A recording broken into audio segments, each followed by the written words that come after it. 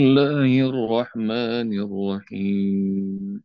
وإذا قيل لهم اتقوا ما بين أيديكم وما خلفكم لعلكم ترحمون وما تأتيهم من آية من آيات ربهم إلا كانوا عنها معرضين وإذا قيل لهم أنفقوا مما رزقكم الله قال الذين كفروا للذين آمنوا أنطعم من لو يشاء الله أطعمه إن أنتم إلا في ضلال مبين. اللهم ارحمنا بالقرآن. Ya Ibunda, ini masih bicara tentang tanda-tanda kebesaran Allah yang begitu jelas, tapi bagi orang yang sudah ditutup, orang yang sudah dibutakan, ditulikan sama Allah, mereka nggak bisa ngelihat tanda-tanda kebesaran Allah. Dan kemarin ayat 46 kita sudah bahas. Setiap tanda-tanda kebesaran Allah satu maupun banyak, mereka pasti akan berpaling. Dan kalau mereka diseru untuk infak dari rezeki yang Allah titipkan pada mereka, mereka akan berkata orang-orang kafir itu kepada orang-orang beriman bakal ngomong begini. Emangnya ngapain kita ngasih makan? Kalau Allah bisa ngasih makan, Allah aja ngasih makan. Dan mereka suka menuduh in antum illa fi dhalalim mubin, menuduh orang yang benar dibilang sesat, orang yang sesat dibilang benar. Pelajaran pertama dari ayat 47 ya Bunda. Keutamaan infak.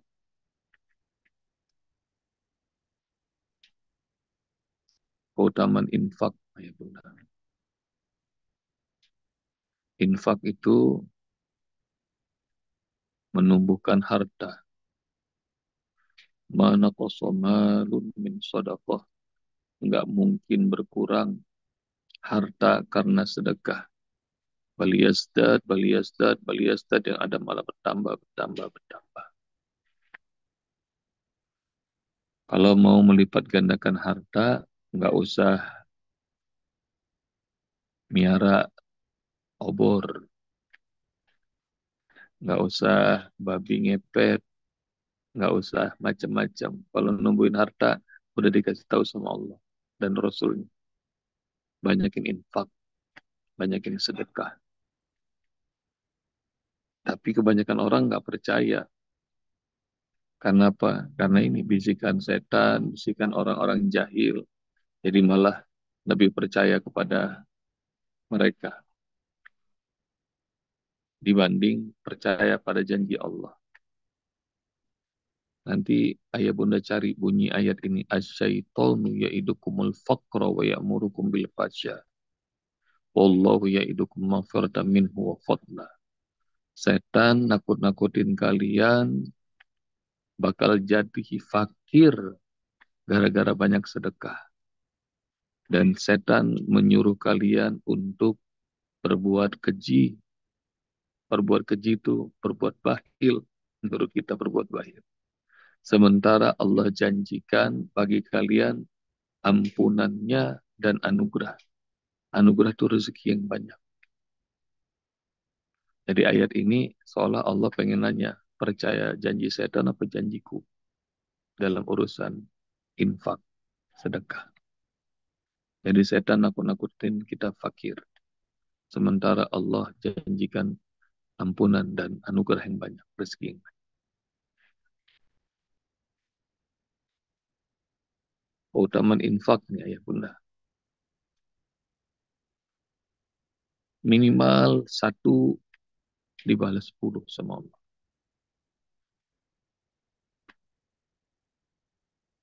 Manja abil hasanati falahu asyru amsalihah. Siapa yang mengerjakan kebaikan, maka baginya 10 kali lipat. Cari itu. Surat 6 ayat berapa sama ayah bunda. Ini tahapan-tahapan janji Allah tentang sedekah, tentang infak. Berinfak 1.000 dibalas sama Allah 10 kali jadi 10.000. Infak 1 miliar dibalas sama Allah 10 kali 10 miliar. Asik nggak? Asik. Tapi percaya nggak? Banyak orang yang nggak percaya. Segitunya Allah udah janji 10 kali lipat, masih nggak percaya. Dikasih sama Allah lagi. Tadi ayat pertama, tahapan pertama ya, bunda cari itu. Surat berapa, ayat berapa, surat 6 ayat berapa. Tahap kedua, Allah Subhanahu wa Ta'ala janjiin. Man dzalladzi yuridullah qardan hasanan fayudha'ifahu lahu ad'afan katsirah. Cari ini ada dalam surah Al-Baqarah. Siapa yang berkenan meminjamkan hartanya pada Allah dengan cara yang baik, maka Allah akan lipat gandakan dalam jumlah lipat yang banyak. Kalau 10 masih banyak nggak percaya, ditambahin sama Allah dalam jumlah lipatan yang banyak. Dan lihat bahasa Allah, siapa yang mau meminjamkan hartanya pada Allah. Kira-kira Allah perlu harta kita nggak ya Bunda? Jawabannya enggak. Tapi sama seperti orang tua yang kadang-kadang kalau lagi perlu, butuh, nggak sanggup tuh bilang minta sama anaknya. Nah, mama boleh pinjem nggak? Bahasa.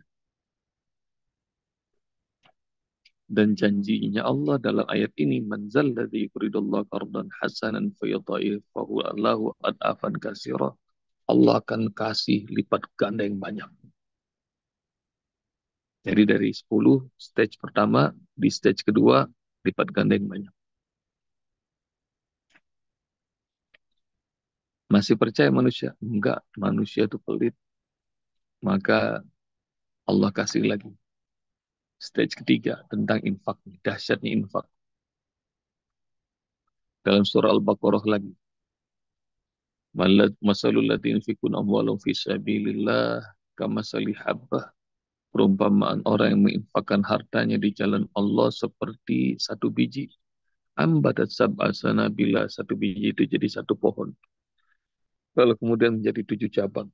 Dan masing-masing cabang ada 100 biji. Jadi 7 kali 100, 700.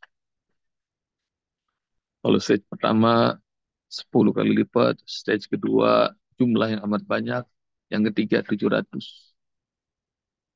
Infak 1.000 dibayar sama Allah 700.000.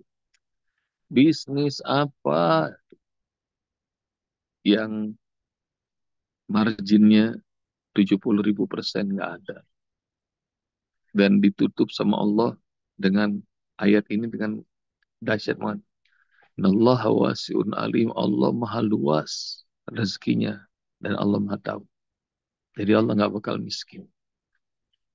Jadi Allah lagi encourage, lagi nyemangatin kita infak, infak, infak. Stage pertama, usbuk ulang, 10 kali lipat. Stage kedua, jumlah lipat yang banyak. Yang ketiga, 700 kali lipat.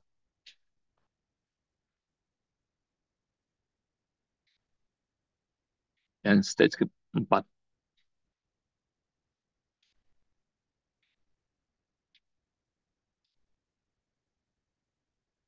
stage keempat, Insya Allah.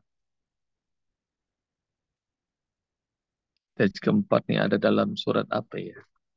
Kayaknya belum dikasih sama ayah bunda, belum boleh. Pokoknya ujungnya biroiri hisab. Nggak bakal ada batasnya Allah kasih. rezekinya. Jadi pengen kesebut, tapi ayatnya dibuat lupa sama Allah. Jadi belum boleh kayaknya, belum dikasih. Allahumma mau. Baru dikasih sampai ayat stage ketiga aja. Jadi tanpa hisab. Bukan Ali Imran 26-27, bukan ayat Sadir. Ada dalam surat, nggak boleh dah. Udah segitu dulu dah. Jadi pokoknya Uskup janji 4 langkah infak dari 10 langkah, dari 10 kali lipat. Terus stage kedua lipat ganda yang banyak. Stage ketiga 700 kali lipat. Dan yang keempat nih, kalau dalam kesempitan masih dia bisa infak, Allah balas tanpa hisap, nggak ada batasnya. Kalau Allah bilang nggak ada batasnya, masya Allah, itu dahsyat. Dan karenanya infakkan, ayah bunda. Yang Allah minta nggak banyak. Mimma razaqakumullah, dari apa yang kalian diberi rizki sama Allah. Karena nanti ayah bunda dalam surat Al-Munafikun ayat 9, ayat 10, ayah bunda bakal tahu tuh bahwa seruan Allah seruan Allah bahwa cita-cita terbesar kita nanti menjelang kematian cuma dua, pengen sedekahkan semua harta dan kita pengen jadi orang yang lebih soleh lagi. Nah, mumpung masih punya kesempatan hidup sama Allah, nah itu banyakin infak, sedekah, perbanyak. Nah, poin pertama itu ayat bunda. Poin kedua, orang yang nggak percaya tentang kebaikan yang bergulir dari sedekah, infak, segala macam.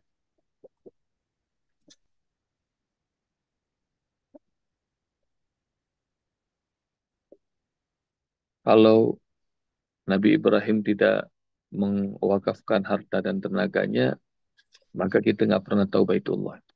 Ayah bunda. Meskipun Nabi Ibrahim waktu membangun Ka'bah Baitullah, mungkin banyak yang mencibir. Ngapain bikin gituan? Nih, jadi kalau melakukan amal soleh, jangan khawatir kalau banyak yang gunjing. Oh, laladina kafaru, lilladina amanu anutim. Ngapain lu bagi-bagi makanan? Ngapain bikin masjid? Ngapain ngurusin anak yatim? Nah, begitu-gitu banyak tuh. Dan itu adalah ucapan-ucapan orang orang kafir. Ayah bunda tahu nggak? Misalnya Jam'iyah Muhammadiyah. Nah, ini banyak saudara-saudara kita yang aktif di Muhammadiyah. Bunda Lailan teman-temannya. Ini freeze ya. Bagus, Sinyalnya Kak. bagus nggak? Apa Bagus, putus bagus. kayaknya? Bagus, bagus, Bagus, Bapak. bagus. Bagus. Bagus. Bagus. Oke. Bagus, Ispa, Khawatir putus bagus. kayaknya. Lihat freeze. Jam'iyah Muhammadiyah ya bunda. Udah nggak kehitung tuh asetnya. Jadi kalau ditanya aset berapa asetnya Muhammadiyah, masing-masing versinya beda-beda tuh. Karena saking banyaknya ya bunda. Bunda tahu nggak sejarahnya Jam'iyah Muhammadiyah? Kiai Ahmad Dahlan itu ngajarin Al-Quran di rumahnya di daerah Kauman Jogja. Nanti cari sejarahnya. Orang-orang dewasa, anak-anak kecil, nggak usah nanya keikhlasannya Kiai Ahmad Dahlan, nggak usah nanya keikhlasannya istrinya. Beliau ajarin itu gratis, ayah bunda di daerah Kauman. Tapi rupanya sampai ngebludak, rumahnya nggak cukup lagi itu. Hingga akhirnya nggak ketanganan, lalu kemudian beliau minta beberapa orang untuk bantu ngajar, tapi ya bunda uangnya nggak ada. buat ngegaji. Dan Masya Allah, hari itu Kiai Ahmad Dahlan mukul kentong, ngumpulin orang-orang. Lalu kemudian orang-orang berkumpul, mereka nanya, ada apa Romo Yai? Lalu kemudian Kiai Ahmad Dahlan bilang kepada orang-orang itu, bahwa ini aku mau jual semua perabot rumah. Bayangin ayah bunda, dipannya, kasurnya, kursinya, gelasnya, piringnya, sendoknya, garpunya. Buat apa ya?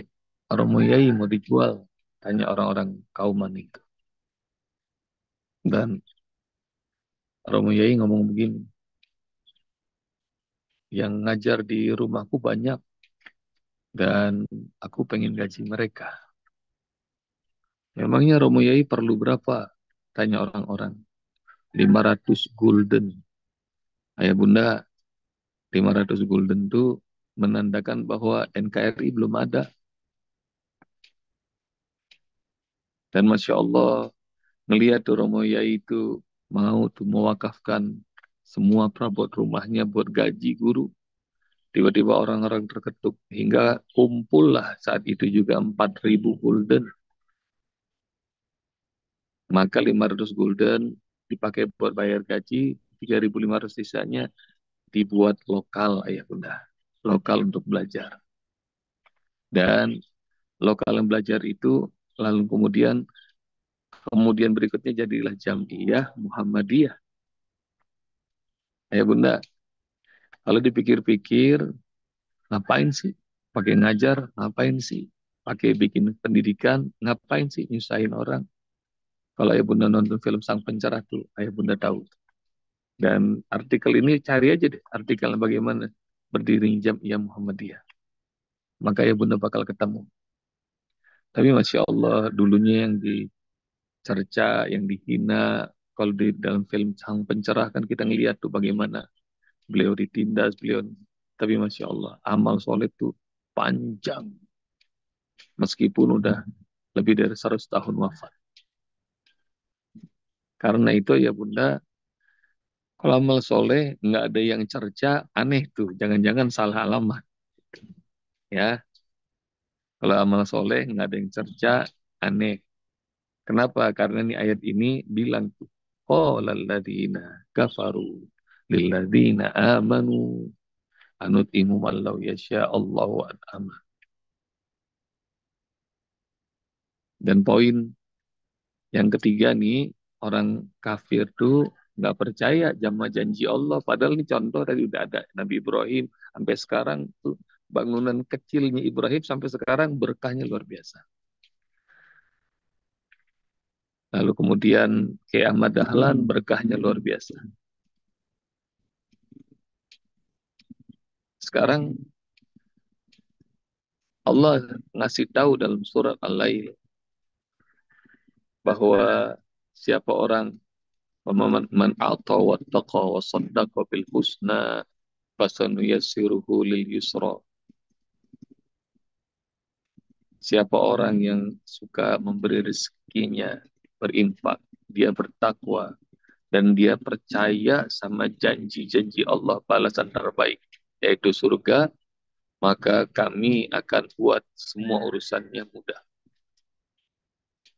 Wa amma man bakhila wastaghna, tapi siapa yang pelit terus ngerasa cukup, wa kadzdzaba bil husna, lalu dia mendustakan janji-janji Allah, fasanuyassiruhu lil usra, kami akan buat hidupnya sengsara, susah. Ayah bunda tuh lihat surah Al-Lail, ayat-ayat yang harus baca. Jadi pegangan. Maka orang yang rajin infak karena Allah, Allah mudahkan semua kemudahan.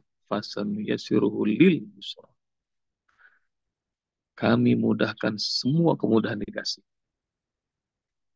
Tapi yang pelit,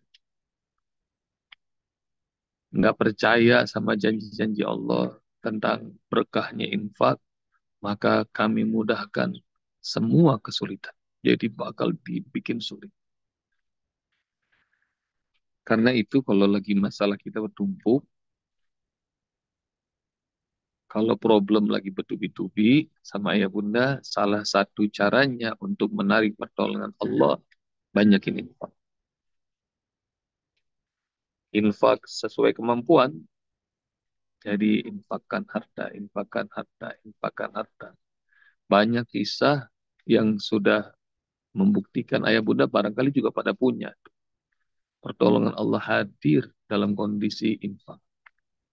Infak yang terdesak, harta cuma segini-gininya, kayaknya dibikin sama Allah sampai deg-degan, Allah anterin kita terpaksa infak, rupanya Allah hadirkan yang lebih besar lagi.